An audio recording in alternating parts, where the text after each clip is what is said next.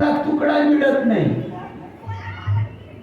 हे नियोजन आयोजन करणाऱ्याला दुसरा उद्योग नाही आणि ऐकणाऱ्याला तुकडा मिळत नाही. का करावं? वर्ष धकल्यानंतर काय करावं? लोकांना महाराज म्हणावं म्हणून लय चांगला पप्पा वाजवताय तुम्ही म्हणून, लय चांगलं गायन करताय तुम्ही म्हणून, लय तुमचा ठेका चांगला आहे म्हणून लोक गपागप खायला देतात म्हणून, लोक पायांमध्ये आडवे पडतात म्हणून, लोक प्यागा वाहतात म्हणून, लोक गुलाबजाम श्रीखंडा बासुंद्या पुऱ्या गपागप खायला देतात म्हणून, कुठं उठू कुठं बसू करतात म्हणून. कशासाठी करायचं? का करायचं? का करायचं?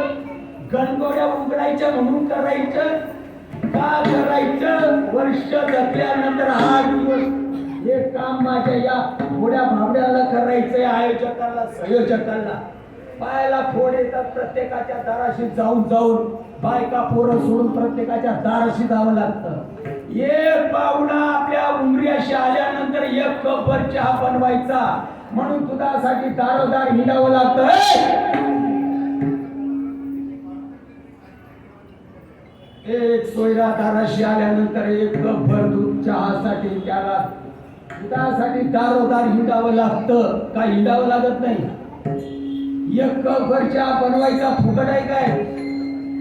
त्याला काहीच लागत नाही काय? त्याला चाळणी लागते, त्याला पातेलं लागतं, त्याला पाणी लागते, त्याला दूध लागते, त्याला चहापत्ती लागते, त्याला साखर लागते. फुकट काय आपल्या नानांनी ठेवलंय काय? 8 दिवस पर्यंत हा उपक्रम या ठिकाणी राबवायचा आहे. या ठिकाणी कमीत कमी 8 दिवसामध्ये 1,00,000, 2,00,000, 3,00,000 रुपये खर्च होतात. काय फुकट आहे काय मित्र?